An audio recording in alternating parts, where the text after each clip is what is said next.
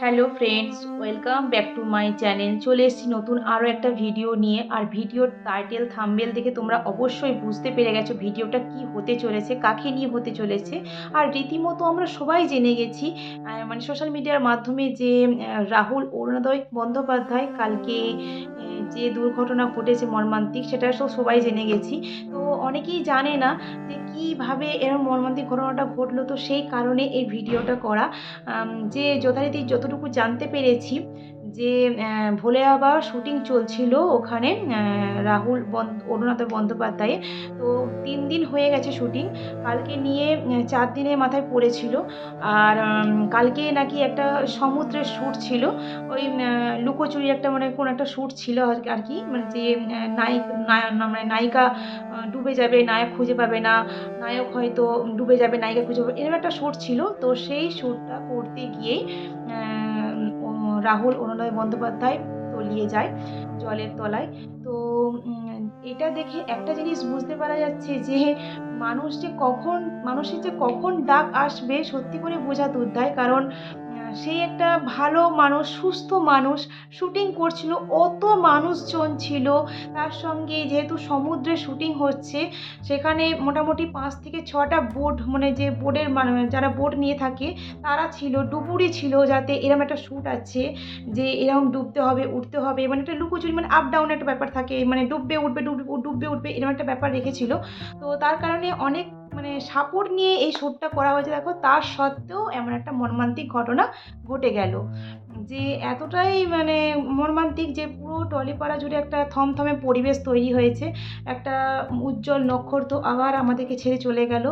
যাই হোক, তার তো ফ্যামিলি তো ভীষণভাবে শোকাতার।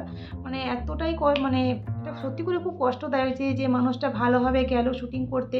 সে মানে সে আসবে বাড়িতে, এমনকি তার স্ত্রীর সাথে মানে প্রিয়াঙ্কার সাথে সে খুব ভালোভাবে কথা বলে গেছে, যে আমি এটাও বলেছে, তার ছেলেকে বলেছে, তার স্ত্রীকে বলেছে। তো সে কিন্তু ফ্যামিলি নিয়ে থাকতে ভীষণভাবে ভালোবাসতো, সে ফ্যামিলির সঙ্গে টাইম কাটাতে ভীষণভাবে ভালোবাসতো। এমনকি তাদেরকে বলেও ছিল যে আমি এই শ্যুটটা করে এসে তোমাদেরকে নিয়ে দীঘা যাব ঘুরতে।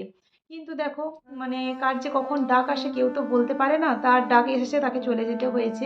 কিন্তু একটা জিনিস, যে এই এর মানে রাহুল অরুণোদয় বন্দ্যোপাধ্যায় সবথেকে পরিচিত পায় একটা মুভিতে, যেটা হচ্ছে চিরদিনই তুমি যে আমার। এই মুভিটা যখন মানে আসে, রিলিজ হয় 2008 সালে 15ই আগস্ট। তো সেই সময় এই একেকটা সিনেমা হলে এই মুভিটা মোটামুটি অ্যাম কোনো সিনেমা হলে 2 মাস, 3 মাস, আবার কোনো সিনেমা হলে 5-6 মাস ভাবেও চলেছে। মানে এতটাই রোমান্টিক মুভি ছিল, ভালোবাসা একটা ড্রামা মুভি, সব দিক থেকে মুভিটা খুব সুন্দর ছিল হলো। আর এই মুভিতেই যিনি মানে গান করেছিলেন, তিনিও তো আমাদের সত্যি করেই মানে ভীষণ একটা প্রাণের মানুষ, জুবিন গার্গ, যার গলার গানেতে এই ছবিটা মানে আরও বেশিভাবে মানুষের মানে একটা ভালো লাগা তৈরি হয়। তো দেখো, মানে সেই গায়কও মানে যে আমাদের জীবন মানে বলতে হলে চলে, যে জুবিন গার্গ, সেও কিন্তু জলে ডুবেই চলে গেল। আর তার ছবিতে মানে তার গাওয়া মানে ছবিতে মানে অ্যাক্টিং করা আ সেও কিন্তু মানে যে হিরো, সেও কিন্তু তার সমুদ্রেতেই তার শেষ নিঃশ্বাস ত্যাগ করলো সেও। তো এটা সত্যি করে খুব খারাপ লাগছে দেখে। আর তাকে আমরা চিনতে পারি 2008 সালে 'চিরদিনই তুমি যে আমার' মুভি থেকে। মানে ওই মুভিটা এতভাবে জনপ্রিয় হয়েছিল। আর মানে এতদিন হলে চলতো। একেকটা হলে যখন এই মুভিটা চলতো, মানে প্রায় 2 মাস 3 মাস হয়েই যেত। আর ওই মুভিটা হওয়ার পর অনেক মানে কি বলবো, অনেকে তো পাগল হয়ে যাওয়ার মতন অবস্থা, যে ওই অ্যাক্টিং দেখে। সত্যিই খুব ভালো একজন অ্যাক্টর ছিল। আর ভীষণভাবে সে মানে তার জেনারেল নলেজ, মানে রাহুল অরুণোদয় বন্দ্যোপাধ্যায়ের কথা বলছি। জেনারেল নলেজ হোক, মানে পড়াশোনার দিক থেকে সে সত্যি করে খুবই একটা ভালো ছিল। আর তো মানে কি বলবো, সবথেকে খারাপ লাগছে যে ওই মুভিতে যিনি গলা দিয়েছিলেন, মানে যিনি গান করেছিলেন, যার গানের জন্য মুভিটা আরও বেশি জনপ্রিয়তা হয়েছিল, সে হচ্ছে আমাদের সকলের প্রিয় মানুষ জুবিন গার্গ। ওই মানে চিরদিন তুমি যে আমার যে ওই দুঃখের গানটা সত্যি করে ভীষণভাবে মন একদম ছুঁয়ে যায়। যখন খুব কষ্ট হয় না তখন ওই গানটা শুনলে মনে হচ্ছে যেন কষ্টটা আরো একটু যেন রিলিফ একটু হলে যেন রিলিফ পাওয়া গেল। এরকম একটা মনে হয়। তো সেই সেই গায়কও কিন্তু তার চলে যাওয়ার পিছনে ওই জলই আছে। জলেতেই সে তার জীবন ত্যাগ করে। আর ওই মুভিতে যে মানে অ্যাক্টিং করে হিরো হিসেবে সেও কিন্তু তারও চলে যাওয়ার কারণ হচ্ছে জল। তো দেখো দুজনকার চলে যাওয়ার ঘটনাটা একই মানে একই ইয়েতে তারা গেছে।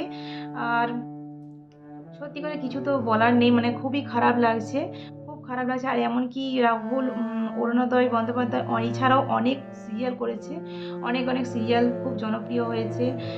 খুব ভালো একজন অ্যাক্টর ছিলেন, খুব ভালো একজন অ্যাক্টর ছিলেন। এমনকি তিনি ই তার ফ্যামিলির সাথেও খুব ভালো মানে সময় কাটাতে খুব ভালোবাসতেন।